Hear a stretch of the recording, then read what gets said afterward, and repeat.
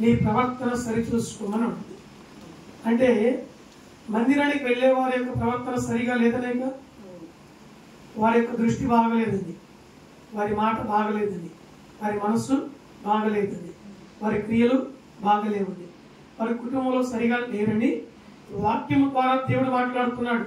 మందిరానికి వచ్చేటప్పుడు నీ కుటుంబంలో ఎలాగున్నావు, ఎలాంటి ప్రవర్తన ఉందో, ఎలాంటి బూతులు మాట్లాడుతున్నావు, ఎలాంటి గొడవలు పడ్డావు, ఎలాంటి దెబ్బలాడుకున్నావు, నీ మొగుని బండబూతులు పెట్టావో, నిందలు పెట్టావో, నా ఉసురు నీకు తగలా చెప్పి క్షేపించావో, అవన్నీ పక్కన పెట్టు. దేవుని మందిరానికి వచ్చావు. మందిరానికి వచ్చినప్పుడు నీ ప్రవర్తన ఎలా ఉంది?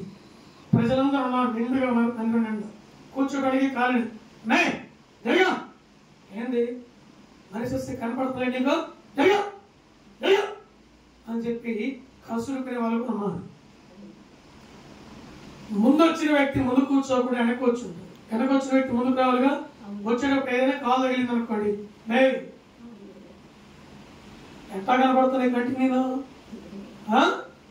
కాళ్ళు నెత్తికెక్కాయా, ఒళ్ళు జాగ్రత్త, ఒళ్ళు దగ్గర పెట్టుకున్నాడు అని చెప్పి నేను దమాయిస్తాడు.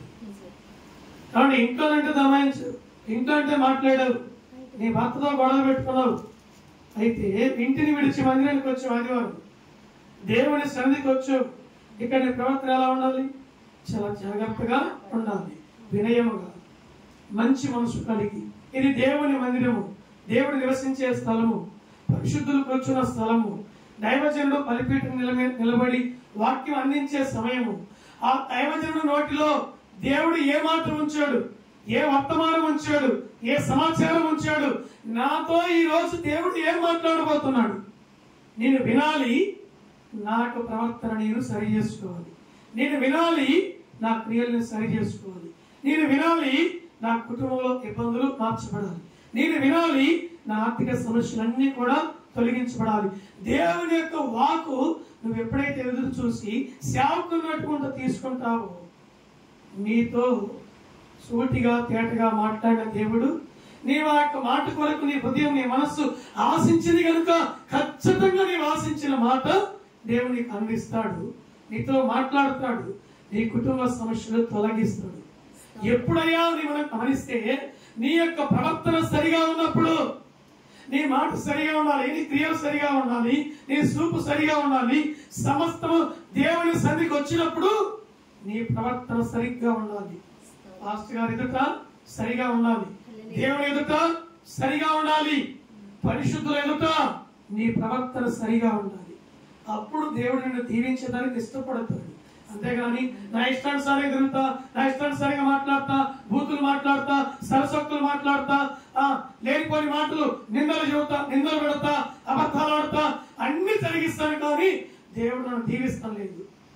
ఎన్ని వారాల నుంచి వెళ్తున్నా మందిరానికి, ఎన్ని సంవత్సరాల నుంచి వెళ్తున్నా మందిరానికి, ఎన్నిసార్లు ప్రార్థన చేయించుకున్నా, ఎన్నిసార్లు సేవకుని తీసుకుని వచ్చి నా ఇంట్లో తీసుకుని వచ్చి ప్రార్థన చేయించుకున్నా, ఏటోనమ్మా ఏమో అర్థం కావట్లేదు, నా బ్రతిక ఎంత అని చెప్పి అనుకుంటది. కానీ ముందు నా బ్రతుకు మార్చుకున్నామని చెప్పని మందిరానికి వచ్చిన స్త్రీ కానీ పురుషుడు కానీ అనుకోరు. ఆ గమనం ఉండదు వాళ్ళకి. కనుక దేవుని పిల్లలు, దేవుని వాక్యం అంటుంది, నీ మందిరానికి వచ్చినప్పుడు ప్రవర్తన సరిగా ఉండాలి. దేవుని నామానికి మహిమ కలుగును కాక.